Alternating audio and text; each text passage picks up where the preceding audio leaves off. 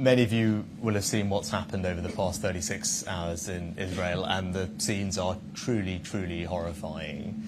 And as I said yesterday, this is not a time for equivocation. Right? We should just be straightforward in what's happening here, and that's that Hamas and the people that support Hamas are fully responsible for appalling acts of terrorism. We should call it out for what it is. Citizens of Israel are being murdered, innocent people have been kidnapped, including children.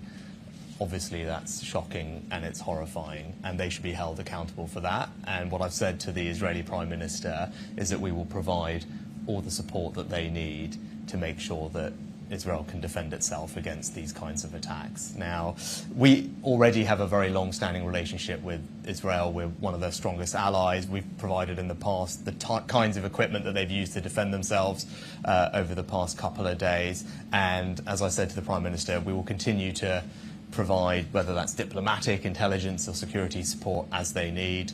I'm chairing a COBRA of my ministerial colleagues this afternoon when we'll continue to discuss the situation, but we're in close dialogue with our Israeli counterparts, and I know all of you will join me in wanting to stand steadfast with the people of Israel at this very difficult time for them.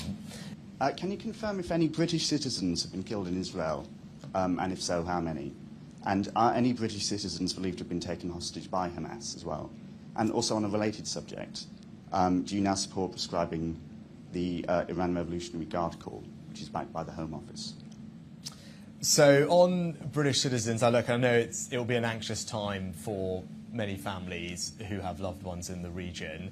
It's a quite complex situation on the ground, so we are working very closely with our Israeli counterparts to establish the status of any British nationals that are on the ground. That work is underway as we speak. But for anyone who does have family or friends in the region, the most important thing for them to do is follow the Foreign Office advice, but also the advice of the Israeli Home Command on the ground in particular areas. And if you're at all concerned, contact the Foreign Office, who have established procedures to make sure that they can be in touch with people and provide support to them as required.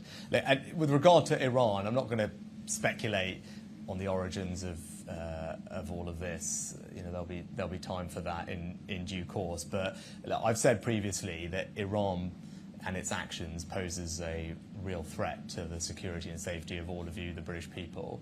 And that's why we've already taken quite strong action against the Iranian regime, not least sanctioning over 300 people, including the IRGC in its entirety. We passed a new law in Parliament, the National Security Act, which gives us more powers to disrupt the interference from foreign hostile states here in the UK to keep you all safe. And with regard to prescription, it's not something that routinely governments have ever commented on. But I can remind you that Hamas, who's claimed responsibility for the attacks in Israel, is a prescribed terrorist organisation under UK law.